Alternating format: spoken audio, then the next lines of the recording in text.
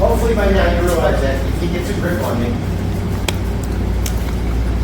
he has some control. Right? So, there's two ways to think about this. Now, Master Chan himself, right, wasn't as concerned. He said one of the hardest things to do in a grappling match is create a bridge, create a connection. Remember, you don't start like this, right? You start like this.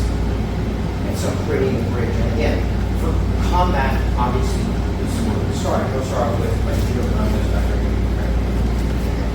Let's start. Right? So the difference is, for example, in judo, they will tell you that there's unbalanced entry and throw.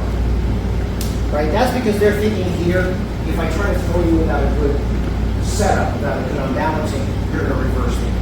So they talk about unbalancing and then setting it up. In Chinese martial arts, we kind of put that sense of entry and throw together into one thing. As I throw you up, I'm obviously doing the technique correctly. So in Chinese martial arts, in Shuai Jiao, we talk more about, it seems like it's a different order, entry, unbalance, and throw, but it's a different entry. Because in judo, like I said, they're assuming that we start off great. In Shuai Jiao, I mean, they start Shuai Jiao matches and they actually do this in sequence right? You have to have entry. Now, obviously, for any kind of police, military fight application, you have to enter. You have to create a bridge. So, Master Chen said, if they grab me, right, wonderful, because you're just giving me, you're close enough and you're connected, I can throw you, right? But sometimes it's a good grip, it's a controlling grip. They're like a half a step ahead of you. So we need to know what to do with this. One is what we call tearing.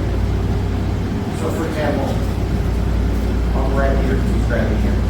I'll reach in here, right? Or I'll reach in here. And what happens is two things. One pushes and one pulls. And when you do them at the same time, pull out.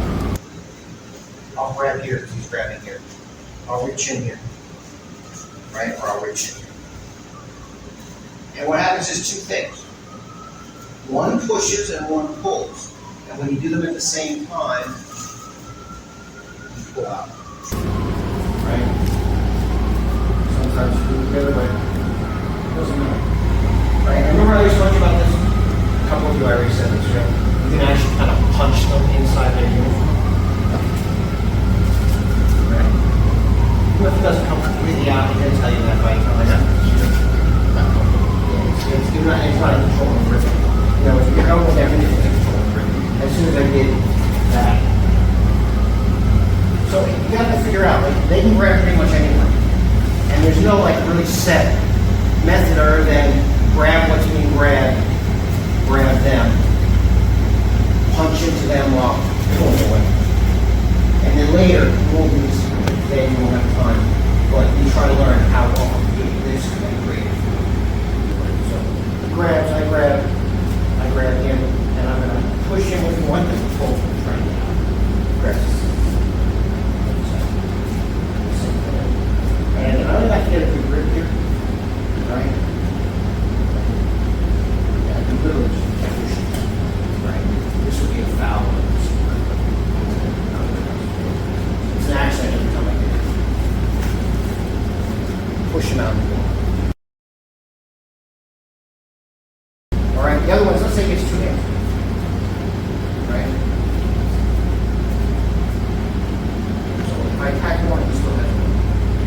So the most basic thing in my system, I'm going to do this, is the kneeling body. Right? Just turn. Who's going to tell you, right? As soon as I start kneeling, right? I mean, we'll do this in the next segment, right? But we understand that's application.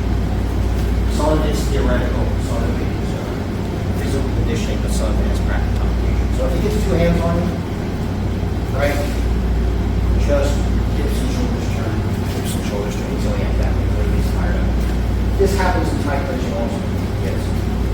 Here, hips and shoulders. Right. The other one is, let's say he gets two hands, right? still has it. So the most basic thing in my system, let me do this, is the wheeling bottom, right? Just let me tell you, right? As soon as I start wheeling, right? We will do this in the next segment. We're going to do a lot of this. We understand that application. Some of it's theoretical, some of it is physical conditioning, some of it has practical application. So if he gets two hands on you, right? Just hips and shoulders turn, hips and shoulders turn until he gets tired of it. This happens in tight punching also. Yes. Here, hips and shoulders.